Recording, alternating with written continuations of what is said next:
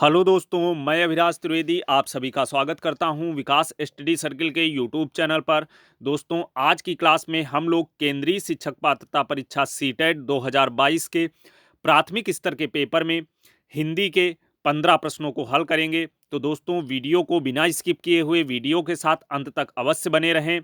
और दोस्तों, चैनल को अधिक से अधिक सब्सक्राइब करें, वीडियो को लाइक ज़रूर करें और वीडियो को शेयर भी करें। दोस्तों, जैसा कि आप सभी को पता होगा कि आपकी सीटेट की परीक्षा 29 दिसंबर से 25 जनवरी तक प्रस्तावित है। तो दोस्तों, उसी परीक्षा को ध्यान में रखते हुए हम लोग आज की क्लास में हिंदी के जो 15 क्वेश्चन पेडागॉजी सेक्शन के होते हैं उनकी प्रैक्टिस करेंगे। तो चलिए दोस्तों, शुरू करते हैं आज की क्लास को। पहला क्वेश्चन है, कक्षा 8 में पढ़ने वाली नंदिनी लिखते समय वर्तनी की अशुद्धियां करती है। भाषा शिक्षक के रूप में आप अपनी क्या जिम्मेदारी मानते हैं? दोस्तों, क्वेश्चन को बहुत ध्यान से देखेंगे। क्वेश्चन क्या है एक बार और देखेंगे। कक्षा 8 में पढ़ने वाली नंदिनी लिखते समय वर्तनी की अशुद्धियां करती है। भाषा शिक्षक के रूप में आप अपनी क्या जिम्मेदारी मानते हैं? ऑप्शन देखेंगे दोस्तों। ऑप्शन क्या क्या है? पहला ऑप्शन लिखा है, नंदिनी को ऐसे अवसर प्रदान करना कि वह स्वयं उनमें सुधार करे। अगला ऑप्शन दिया है दोस्तों, नंदिनी की अशुद्धियों को काटकर सही करना और उन्हें 20-20 बार लिखवाना। अगला ऑप्शन दिया है दोस्तों, नंदिनी को समझाना कि वर्तनी की अशुद्धियां करने पर उसके अंक कट जाएंगे। अगला डी ऑप्शन दिया है दोस्तों, नंदिनी को समझाना कि वर्तनी की शुद्धता ही लेखन का सशक्त पहलू है।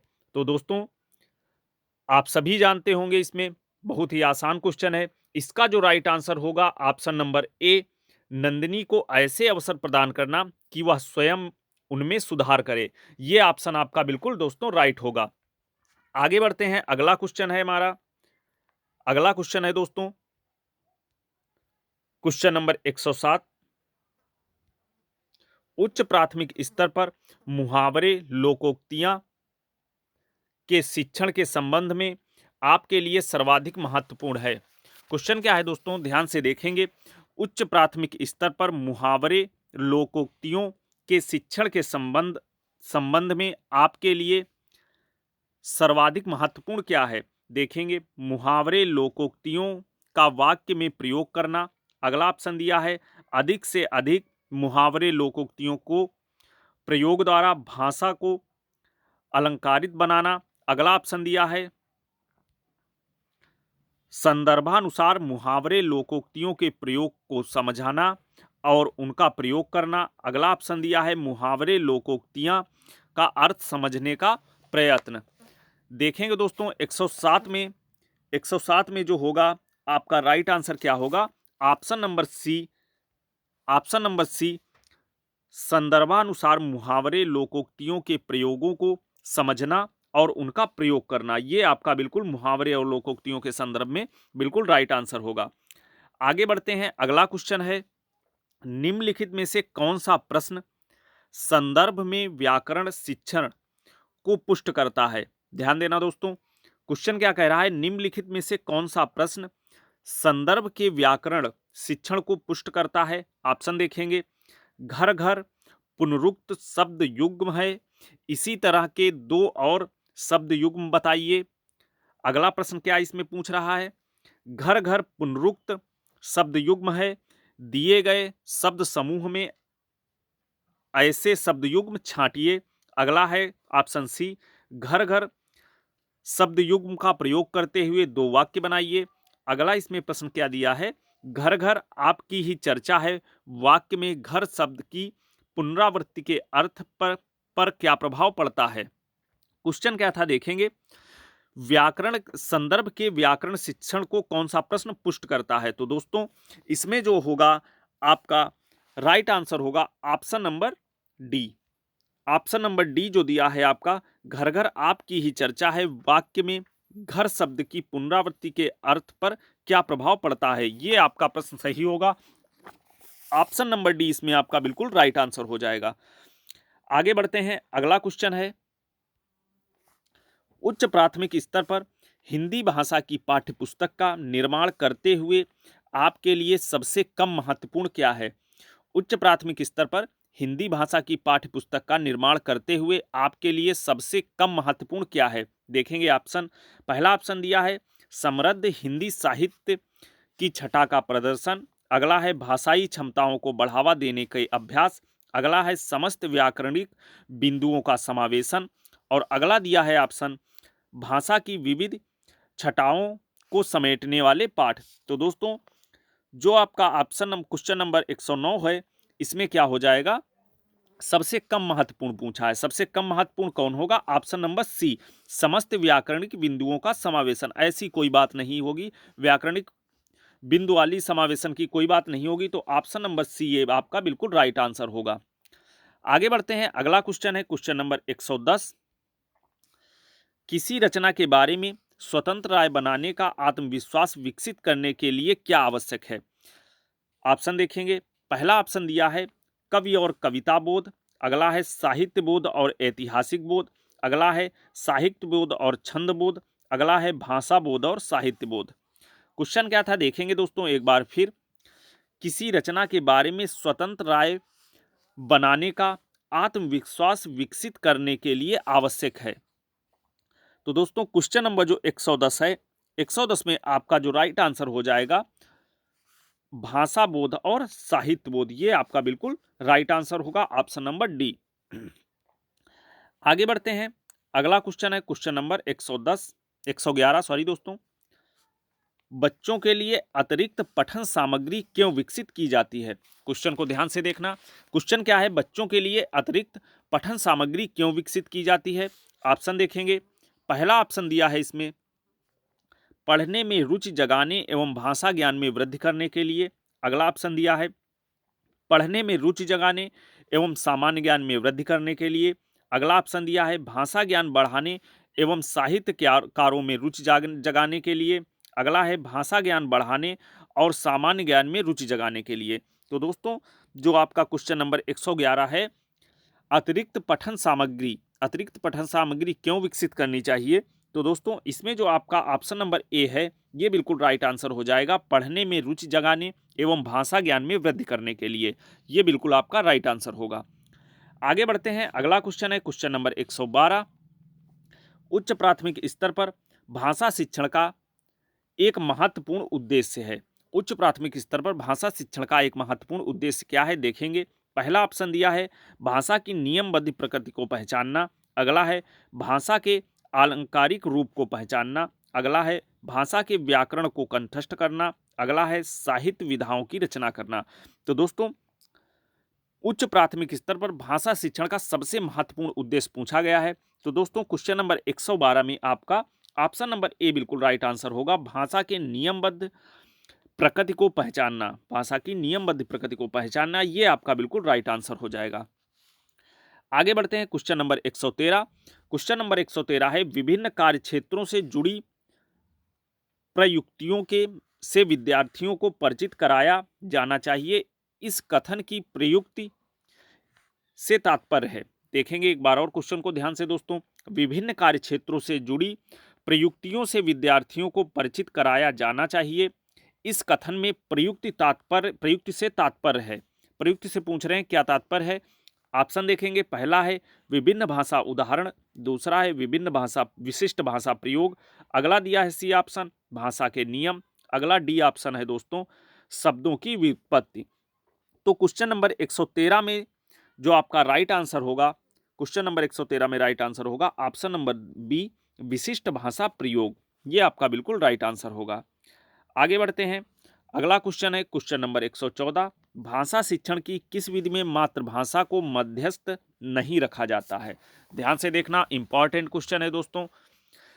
भाषा शिक्षण की किस विधि में मातृभाषा को मध्यस्थ नहीं रखा जाता? ऑप्शन देखेंगे। पहला ऑप्शन दिया है व्याकरण विधि। दूसरा है सूत्र विधि। तीसरा है अनुवाद विधि। चौथा है प्रत्यक्ष विधि।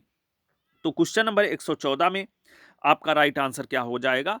ऑप्शन नंबर डी प्रत्यक्ष विधि में मातृभाषा को मध्यस्थ नहीं रखा जाता है। ये आपका ऑप्शन बिल्कुल राइट आंसर होगा, ऑप्शन नंबर डी प्रत्यक्ष विधि। आगे बढ़ते हैं क्वेश्चन नंबर 115। क्वेश्चन नंबर 115 है भाषा शिक्षण के संदर्भ में किसी शिक्षक के लिए सर्वाधिक महत्वपूर्ण है। भाषा शिक्षण के संदर्भ में किसी शिक्षक के लिए सर्वाधिक महत्वपूर्ण क्या है, देखेंगे ऑप्शन। पाठ्यचर्या सहगामी क्रियाओं का आयोजन करना। अगला है भाषा प्रयोग के अधिक अवसर प्रदान करना। अगला है निर्धारित पाठ्यक्रम को पूरा करना। अगला है परीक्षा का आयोजन करना। तो भाषा शिक्षक के संदर्भ में एक शिक्षक के लिए सर्वाधिक महत्वपूर्ण क्या होगा दोस्तों, आपका क्वेश्चन नंबर 115 का राइट आंसर क्या हो जाएगा, आप सभी इससे परिचित होंगे। ऑप्शन नंबर बी, भाषा प्रयोग के अधिक अवसर प्रदान करना, ये आपका बिल्कुल राइट आंसर हो जाएगा, ऑप्शन नंबर बी। आगे बढ़ते हैं, अगला क्वेश्चन है, सतत आकलन का उद्देश्य यह जानना है कि, सतत आकलन का उद्देश्य यह जानना है कि, ऑप्शन नंबर ए दिया है, बच्चे कैसे सीखते हैं, बच्चे क्यों नहीं सीखते, बच्चों ने कितना सीखा है, कि बच्चों ने क्या सीखा है। तो जो सतत आकलन का उद्देश्य क्या होता है दोस्तों, आप क्वेश्चन नंबर 116 में आपका राइट आंसर क्या होगा, सतत आकलन का उद्देश्य होता है बच्चे कैसे सीखते हैं, ये आपका होता है सतत आकलन का उद्देश्य। ऑप्शन नंबर ए आपका बिल्कुल राइट आंसर हो जाएगा। आगे बढ़ते हैं, अगला क्वेश्चन है क्वेश्चन नंबर 117। जब शिक्षिका पूछती है कि हम भी सफल होंगे, इस वाक्य में भी लगने से अर्थ में क्या अंतर आता है, तो इसका आशय है कि शिक्षिका बच्चों को, क्वेश्चन दोस्तों आशा करता हूं आप लोगों को समझ में आया होगा, एक बार फिर रिपीट करता हूं। जब शिक्षिका पूछती है कि हम भी सफल होंगे, इस वाक्य में भी जो है भी लगने से अर्थ में क्या अंतर आता है, तो इसका आशय है कि शिक्षिका बच्चों को, अब देखेंगे ऑप्शन, अवलोकन क्षमता के अवसर देना चाहती है। अगला है भाषा की बारीकियां समझाना चाहती है। अगला है व्याकरण सिखाना चाहती है। अगला ऑप्शन दिया है परीक्षा के लिए तैयार करना चाहती है। तो क्वेश्चन नंबर जो 117 है, 117 में आपके लिए क्या होगा, option number D, option number D आपका बिल्कुल राइट आंसर होगा, परीक्षा के लिए तैयार कराना चाहती है। आगे बढ़ते हैं, क्वेश्चन नंबर 118, क्वेश्चन नंबर 118 है सॉरी दोस्तों, हिंदी भाषा के शिक्षक के रूप में आपके लिए सबसे कम महत्वपूर्ण क्या है, सबसे कम पूछा है, ध्यान देना दोस्तों। हिंदी भाषा के शिक्षक के रूप में आपके लिए सबसे कम महत्वपूर्ण क्या है, पहला क्या दिया है देखेंगे, भाषा प्रयोग की क्षमता का विकास। अगला दिया है व्याकरणिक नियमों की जानकारी। अगला है भाषा कौशलों का ज्ञान। अगला दिया है संवैधानिक मूल्यों की जानकारी।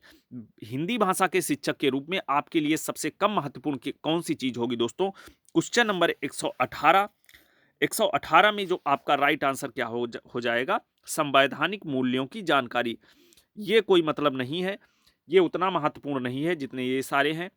हिंदी भाषा के शिक्षक के रूप में आपके लिए सबसे कम महत्वपूर्ण कौन सी चीज होगी, संवैधानिक मूल्यों की जानकारी। आगे बढ़ते हैं, क्वेश्चन नंबर 119, साहित्य की किस विधा में, साहित्य की किस विधा के शिक्षण में स्वस्वर पठन सर्वाधिक अपेक्षित होता है। साहित्य की किस विधा के शिक्षण में स्वस्वर पठन, स्वस्वर पठन से तात्पर्य क्या होता है, पठन दो प्रकार का होता है, मौन और सस्वर। सस्वर जो तेज तेज बोलते हैं और मौन जो दोस्तों मन में बोलकर पढ़ा जाता है वो मौन पठन होता है या मौन वाचन होता है। तो क्वेश्चन क्या है, साहित्य की किस विधा के शिक्षण में स्वस्वर पठन सर्वाधिक अपेक्षित होता है, देखेंगे आत्मकथा, संस्मरण, एकांकी, जीवनी। तो दोस्तों स्वस्वर पठन जो होता है ये सर्वाधिक किसके लिए अपेक्षित होता है, क्वेश्चन नंबर जो 119 है इसमें आपका कौन सा होगा, ऑप्शन नंबर सी ये आपका बिल्कुल राइट आंसर होगा, एकांकी में। ऑप्शन नंबर सी आपका एकांकी बिल्कुल राइट आंसर होगा। आगे बढ़ते हैं, अगला क्वेश्चन है क्वेश्चन नंबर 120 और पेडागोजी सेक्शन का हिंदी का अंतिम क्वेश्चन। उच्च प्राथमिक स्तर पर हिंदी भाषा में अभिव्यक्ति परखने के लिए आप किस प्रश्न को सर्वाधिक महत्वपूर्ण समझते हैं। क्वेश्चन क्या है ध्यान से देखेंगे, उच्च प्राथमिक स्तर पर हिंदी भाषा में अभिव्यक्ति परखने के लिए आप किस प्रश्न को सर्वाधिक महत्वपूर्ण समझते हैं। ऑप्शन देखेंगे कौन कौन से प्रश्न दिए हैं। पहला ऑप्शन दिया है दोस्तों, लोकगीत लोक सांस्कृतिक के परिचायक होते हैं, इस कथन पर अपने विचार व्यक्त कीजिए। अगला ऑप्शन दिया है, आंखों पर पर्दा पड़ना, मुहावरे का वाक्य प्रयोग कीजिए। अगला है, सेना ने पार्क को क्यों घेर लिया था। अगला दिया है, लेखक ने ऐसा क्यों कहा कि ताजा बर्फ धोखा देने वाला होता है। तो दोस्तों इसमें जो आपका 120 में राइट आंसर होगा, राइट आंसर क्या होगा? ऑप्शन नंबर बी, आंखों पर पर्दा पड़ना मुहावरे का वाक्य में प्रयोग कीजिए। ये आपका इसमें राइट आंसर होगा। दोस्तों, ये थे हिंदी के पेडागॉजी सेक्शन के 15 प्रश्नों की प्रैक्टिस। आशा करता हूं आप लोगों ने अधिक से अधिक प्रश्नों के सही जवाब दिए होंगे। थोड़ा सा टफ प्रैक्टिस सेट था दोस्तों, लेकिन आप सभी जानते हैं कि परीक्षा में इजी और टफ दोनों प्रकार के प्रश्न आते हैं, तो आपको हर एक प्रश्न की प्रैक्टिस होनी चाहिए। दोस्तों, आशा करता हूं आप लोगों को वीडियो पसंद आया होगा। वीडियो को अधिक से अधिक लाइक करें, चैनल को सब्सक्राइब जरूर से जरूर करें और वीडियो को शेयर भी करें। मिलते हैं दोस्तों अपनी अगली क्लास में, तब तक के लिए जय हिंद।